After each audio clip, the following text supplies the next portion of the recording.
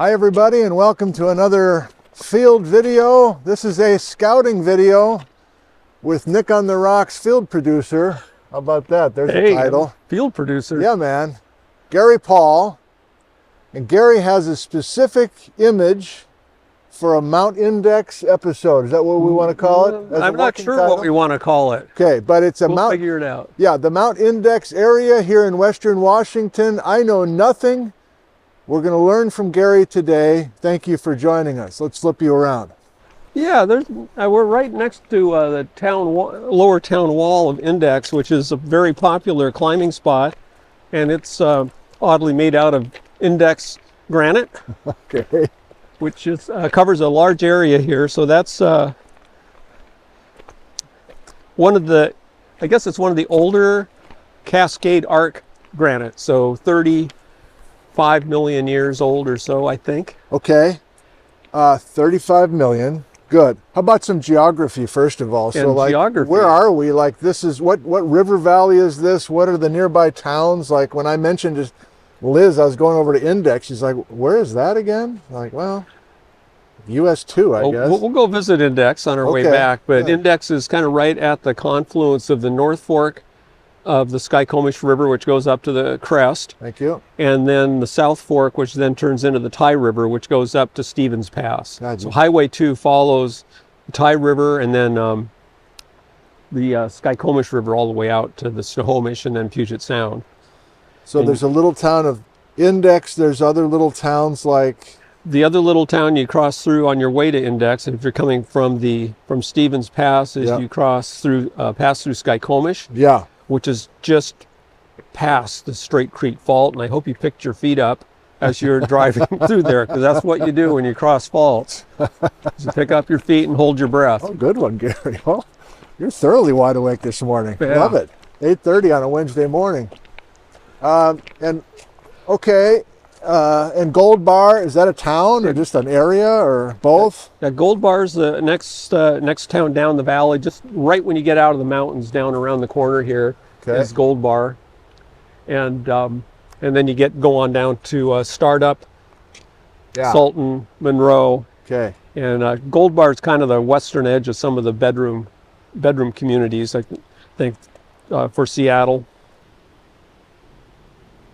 Yeah, we picked a heck of a day here. I mean, with fresh snow up here in the mountains coming out. Good God. Okay. It looks like the Matterhorn. It's not. What is this peak here? We're looking at Mount Index. That's Mount Index. And there's actually 3 peaks. The one that we're looking at that's with the rock exposed is the North Peak, which is about 5,400 feet tall. And then the white in the background there is the main peak, which is just about 6,000 feet. Huh. And there's a middle peak in between that we can't really see from here. Okay. And if we swing around to the right, we have this whole Anderson Creek Basin, which drains off of the west face of the North Peak and the middle peak into Anderson Creek. And then off to the right here in the clouds is Mount Persis, which is about 5,400 feet. And I mean, they're not like any huge elevation or anything up there at the top, but I mean, I'm not sure what we're at here, like maybe 300, 400 feet above sea level. Yeah. So it's they're big mountains for being so short. And I think the interesting thing about this, and I learned this from Daryl Cowan a couple of years ago, and I had no concept of Mount Index. I always thought, oh, Mount Index, that's all that Index granite. Yeah. And then Daryl said, like, well, you know, the upper part of Mount Index is a big block of Metagabbro in the Melange Belt. And I'm like, what? Which sent me home to look at the map, and it's like, oh my God, he's right about that. I had no idea. So most of the upper part of that peak is gabbro? Supposedly. And I have an article I brought along because there's these 2 beautiful buttresses that are behind the cloud right now. We'll see them later, the Norwegian buttresses, and there's an account of some climbers trying to climb one of these sheer things. Okay. And they get up about, they're maybe 800 feet above Lake Serene, which is way up there. Yeah. And they talk about running into this beautiful bulletproof Skagit gneiss up there. So Wow. metamorphic rock anyway. I think it's not Skagit gneiss, but it could very much look like a gneiss. Well, I think that, and then also over here, Mount Persis, which is the made up, and you can kind of even see some of the almost flows of the Persis volcanics. Okay, pretty full parking lot for a Wednesday morning. Still trying to figure out how this quarrying worked here, but This is a quarry wall. Is there a name for this quarry? yeah, this is the Index Town Quarry. Index Quarry. And the cool thing about it, it's right next to the train tracks, as we were talking earlier, so you can put granite from here on the train, haul it off, put in foundations for the Smith Tower in Seattle, the Capitol in Olympia. I mean, it got used pretty widely Index in the granite. early 1900s. Huh. All right, well, I see some climbers up there, so obviously there's climbers up there. They got a lot of different routes up there.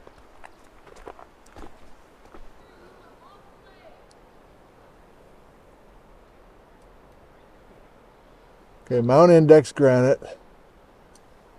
You still have that slab? Beautiful salt and pepper granite. Kind of looks like Mount Stewart to me. Kind of does. 60 million years younger. So why should we care about this granite? What's the age again, and what sets it apart? What's the story we can tell by studying this granite? But there's kind of major pulses of magma that were created when the current Cascadia subduction zone got cooking. Yes. And so this is one of the earlier batches, as I understand it. Well, let's play off of that right away. So Jeff Tepper has been doing geochemistry work at University of Puget Sound his whole career. Is he here? Dang it. He maybe should be, because he has sampled all of these granites and volcanic rocks across eastern Washington and into western Washington. His number is 44. If you don't have any classic Cascade magmas from subduction until 44 million years ago, and then he flips the switch, and we get off of the Eocene story and all those weird magmas going up and the weird ones. Subducting. Yeah, weird chemically. Extensions. Yes. The mantle derived. Right. Funky minerals, everything. Mantled, flux. Well, I lose off of that, all that stuff. Yeah. But here, I think, and I'll follow up with Jeff and others, but yeah, we're pretty early in the Cascades, 35 million years ago, but we're 9 million years into good old-fashioned subduction of the Cascade volcanic arc. Maybe, okay, here's an angle. Are there any older plutons in the Cascades that are younger than 44 but older than this 35, if this is truly 35? Like, is this one of the good spots to study the earliest days of subduction in the Cascades? Because kind of the next batch that I'm aware of really are like the Pilchuck and Bald Mountain, which are older. But those are old enough that they're older than 44. Yeah, so they're like, and they got that paraluminous stuff. I'm having flashbacks now. Yeah, Come sorry. On. We just have stray concepts that like roll through our head, and like we kind of shudder a little bit and just keep moving. This is Albert Rossellini, governor of Washington map. Right, so that's back like in the early 60s. Early 60s. Remember those days. Yeah, so here's the Skykomish River. Here's Stevens Pass right up here. Thank you. And this light pink, this is all, it looks like they're calling it Mesozoic granite back then, but this is Stewart Basilisk. Here. Mount Stewart Basilisk. And then this great big blob right here is the Snoqualmie and the Index batholiths. And Index is broken up, and I mean, there's a bunch of different kind of stocks and plutons that are involved with it, but basically all the stuff from about here up to the Stillaguamish North Fork granites up there are Index. So they're kind of lumping the Snoqualmie batholith with this. Now, I think the Snoqualmie we now know, 60 years later, is in the 20s, Yeah. 20 million years old-ish. And the subset of this is the index Pluton, which is 35 probably. So today, with our geochronology, we'd maybe have two different colors for those guys. And then what's this one again? This is Squire Creek. Squire Creek. And then there's another one here, Vesper Peak, which are all, my understanding is these are all basically the same age. Okay. And there's other blobs like this all through the Cascade Arc. I mean, I know we're getting out of your territory, but they're nothing like this except for up here, the Chilliwack. Mm-hmm. And the Chilliwack's real. That one gets really confusing to me because this is, of course, where the Straight Creek Fault comes shooting up here in Bacon Creek, and then it ends and nothing happens. And that part there is 35 million is when people think that turned off, but yet at the same time you have that, which is maybe roughly the same age as what we have here. But then you got these pieces of it that are under 2 million years old. I think we talked about those last summer up at Mount Baker. Yeah. That are, some of the granites are younger than some of the volcanic activity up there. Okay, I got to flip you around, viewers. Hang on, I'm going to make a proclamation. It's early, and I'm with Gary Paull. But I hereby declare that this upcoming winter, we're going to do Cascade Volcanoes A to Z. Come on now. It's time to do that. And Gary right here is reminding me that there are so many stories in this north-south Cascade Arc going back 44 million years that I think we need to spend the whole winter doing that. Okay, back to the program. Thank you for that. Yeah, that's good. Maybe we'll keep pulling this out, but this brings up some interesting questions for sure. So was there any reason you were thinking that Brady might film here at the quarry? Well, I think that, you have rocks that people like to climb on. Yeah. And rocks they don't like to climb on. And one of the type of rocks they like to climb on is this very nice, clean granite, which is while there's a bunch of it in the Cascades, as we just talked about, right, the accessibility of this to Seattle makes it really a draw for a lot of folks to come out and experience some really nice rock.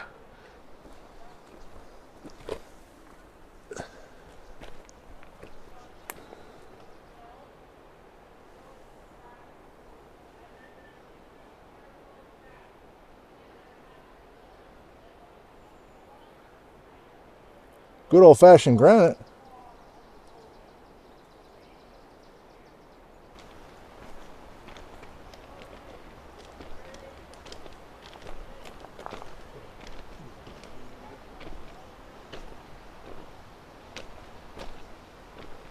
This is a little town. Is it like a logging scene here, do you think? I think the big things were logging and initially quarrying. Oh. And then recreation's been a big part of it. There's some mineral springs up the valley of the North Fork, Garland Mineral Springs, that were kind of a hot spot in the 1930s, 40s. Well, Brady, this is an interesting shot, I think. Like, here's this beautiful old, I don't know, 100-year-old inn, and the walls of the index granite right above, and the quarry is down there to the left, I guess. But that context is kind of cool. What if you lifted a drone here and kind of, it's like a New England inn or something. Bob Newhart and Mary Frayne on the inside. Brother Daryl and your other brother Daryl.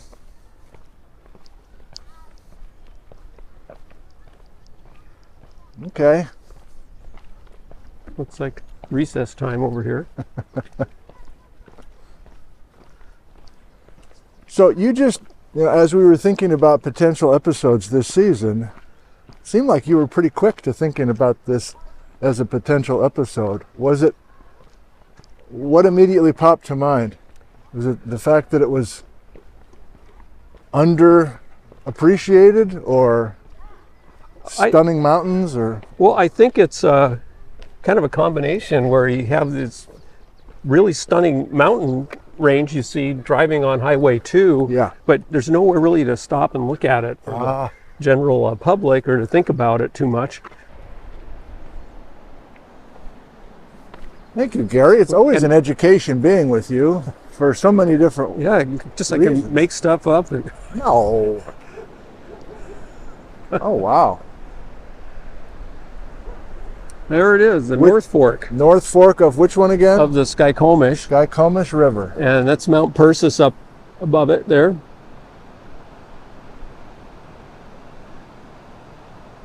And if we're lucky with Brady, maybe we can do a shot like this and have the train go by.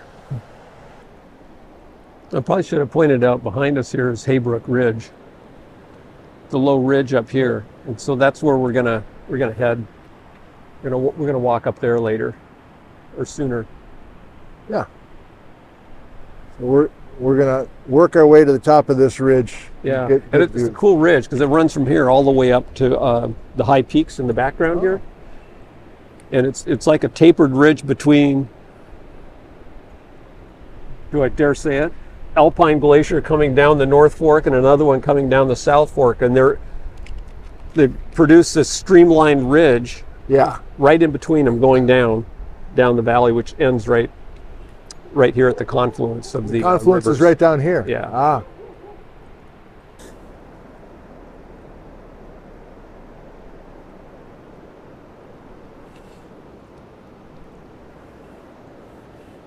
So a common Brady concern is I need a variety of elements. I don't want to do a whole episode with 2 peaks, especially if we're not going to be climbing them. So here's an element. It might be. And the quarry wall is an element, the rock climbing thing. Let's keep thinking of varieties of visuals at different scales that can be done here. It's kind of the hallmark of what we're trying to do. I don't know, but maybe that's why we go to the quarry, to get a smaller scale. That's kind of what I was thinking was kind of the close-up Okay. of it in case we don't go further up. But we'll talk about where we can go, because there's some. I mean, Mount Persis, it's a fairly popular place for people to go. Okay. To the summit that, and then Lake Serene is a highly popular trail right across the valley that goes up kind of halfway up the mountain. There's this beautiful lake that's just tucked in there. I remember you talking about that. Yeah. So that would be doable for us. That's Instagram City, right? That's one of the Instagram lakes. Yeah. Got to get my duck face ready. Selfie. All right, Gary. You never disappoint.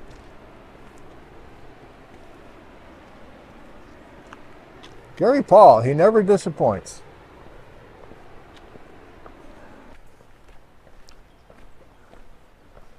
I think I need a candy bar. I need some sugar for some reason. I'm going to treat you to a big hunk candy bar. The big hunk.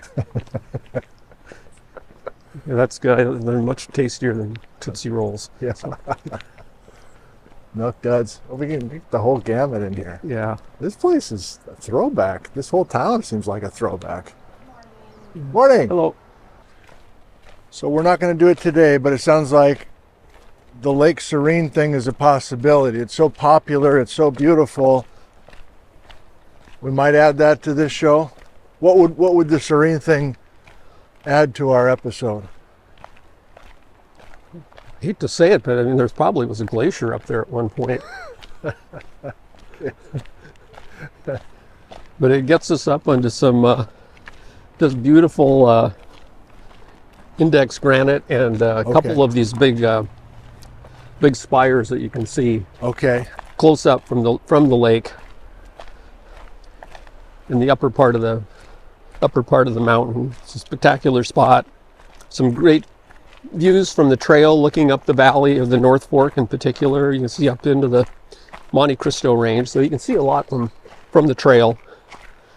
Well, and I don't know about you, but I've heard from a lot of people that love the Yellow Aster Butte episode from last season, not just because of the rock and the story, but the fact we were out on this It's a pretty place. trail. Like, Yeah. you know, we're mobile. We're not shooting these episodes from the shoulder of a highway. Yeah, like So to add that element to this episode would be good, probably, to have a hiking component somehow. Even though there'd be a cast of thousands on the day. cast of thousand. Yeah, hopefully on a day like this, it would be reasonably quiet.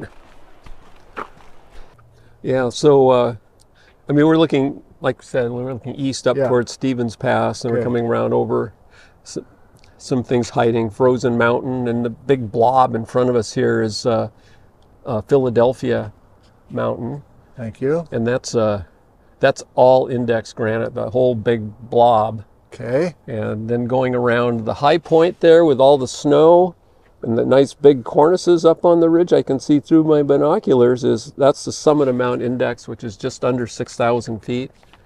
And then there's a pointy one with snow to the top, which is the middle peak of Index, a little bit lower.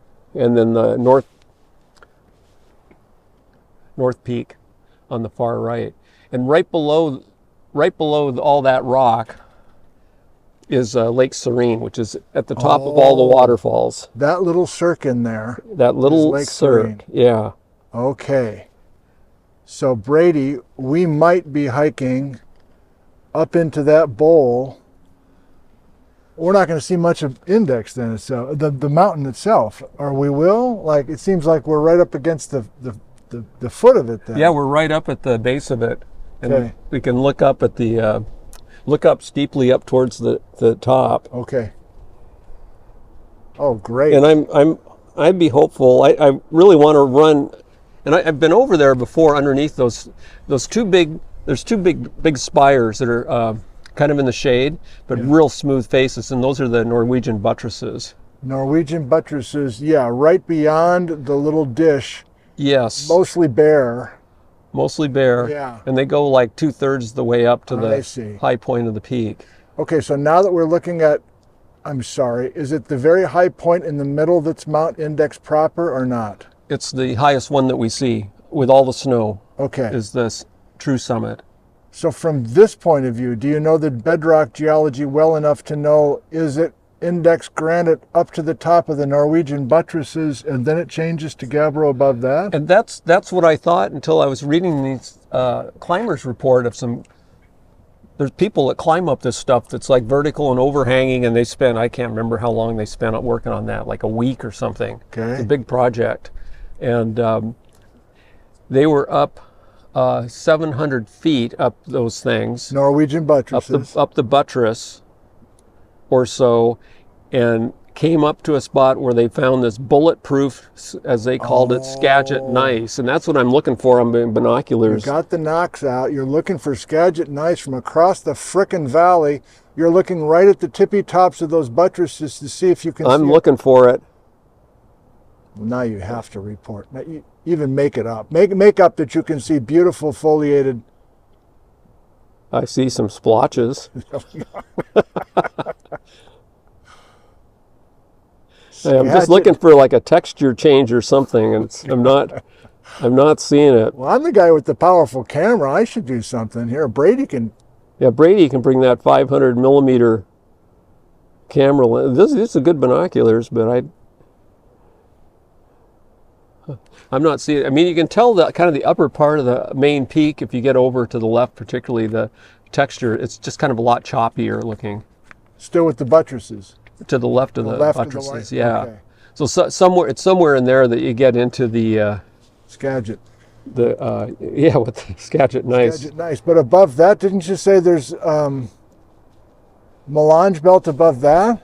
Well, I'm getting confused. The climbers report said they got onto some rock they called Skagit gneiss. I don't think that's what it is. Oh. I think they got onto metamorphic rocks, which would be the metagabbro that's on the Metagabbro. on this map right here. Let's do it.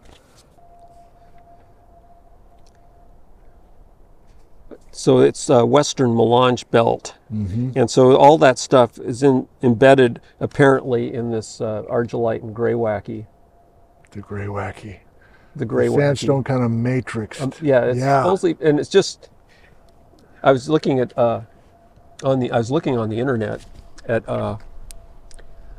photos of melange.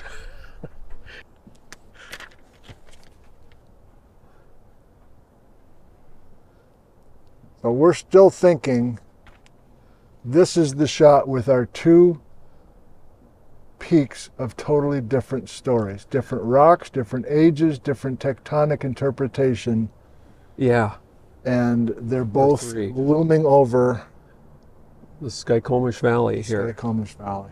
Thank you.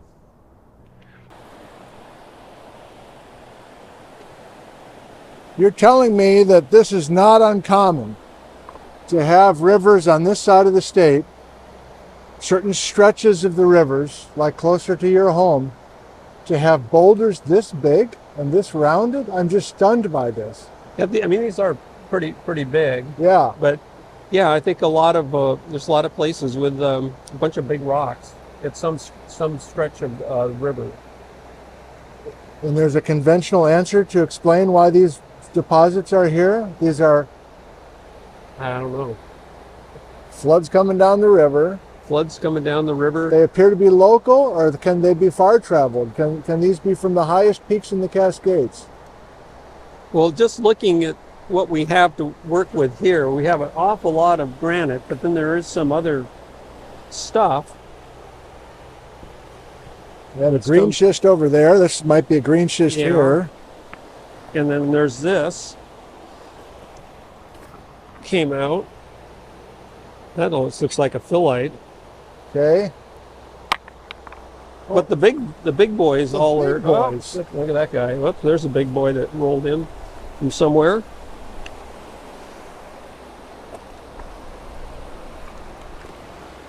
And then it's like an argillite, maybe.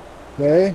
Then you got a petrified wood or some pink thing here. But those are the little ones. The big ones all look like they're pretty local.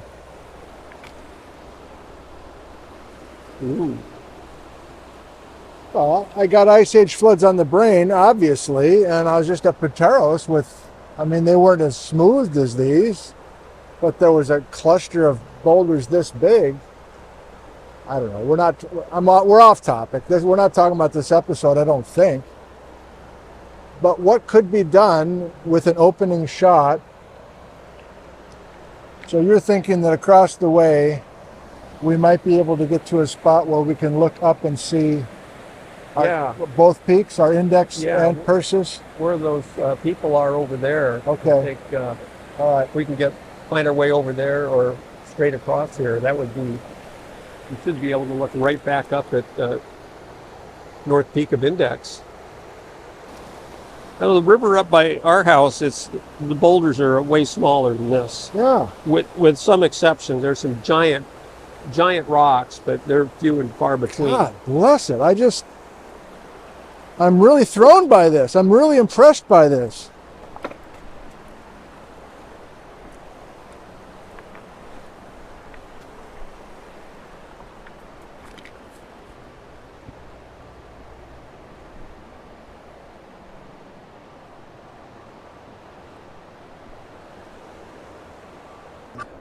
We are looking at the combined force of the North Fork and South Fork of the Skykomish River. So we have the Mighty Sky right here. Mighty Sky. Mighty Sky. And starting on the left, we have a kind of unassuming, bumpy looking mountain. That's Philadelphia Mountain.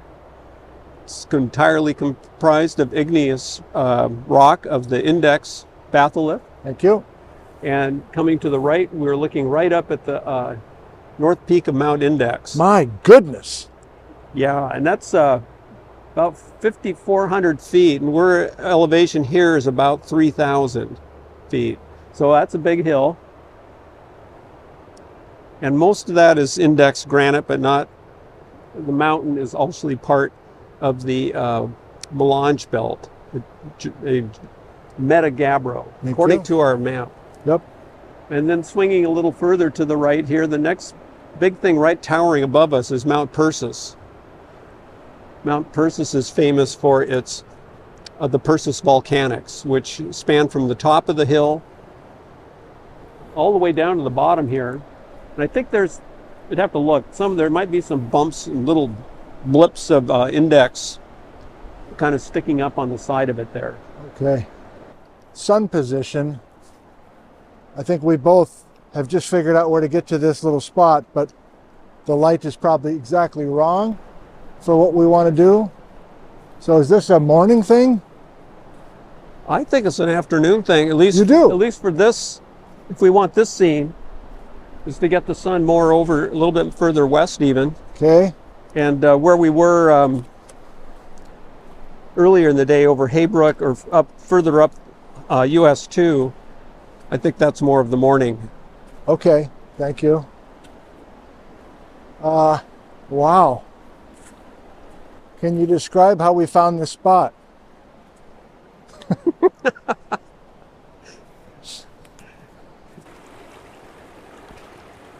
So Brady, I hope this shot right here convinces you that this is worth an episode. Second point, Brady, we've been trying to decide all day if this is simply a Mount Index episode, which has granite, as Gary just said, in the bottom half, and a very different, much older set of bedrock in the upper half, or is this a Twin Peaks type of an episode where the rocks are very different between these two peaks? The geologic stories are incredibly different between the two peaks. For instance, this is a very old,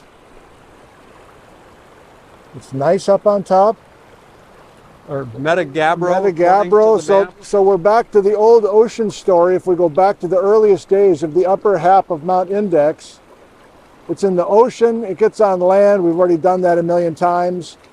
It's here, and then the index pluton, the index granite, eats its way up into this scene 35 million years ago when the Cascades are just getting started, in the earliest days of the Cascades. That's this story. But this story is a bunch of lavas in the Cascades today called the Persis Volcanics. But this stuff is older than the index granite, and this stuff has nothing to do with Cascades subduction, even though we have lavas in the Cascades.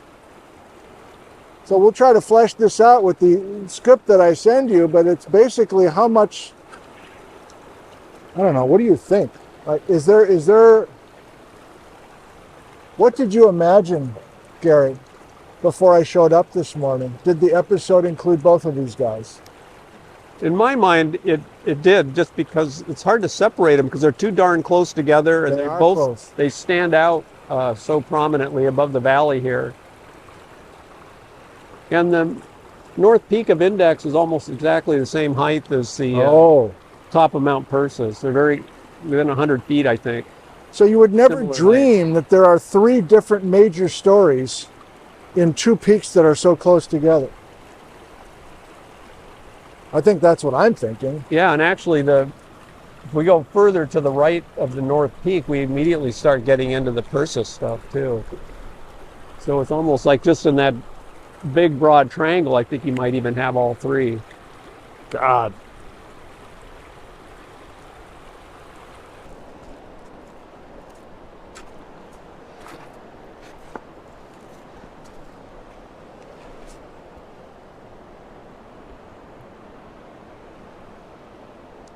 I'm wondering what this big blue-gray blob is here. Well, blue schist for you, Gary. Yeah.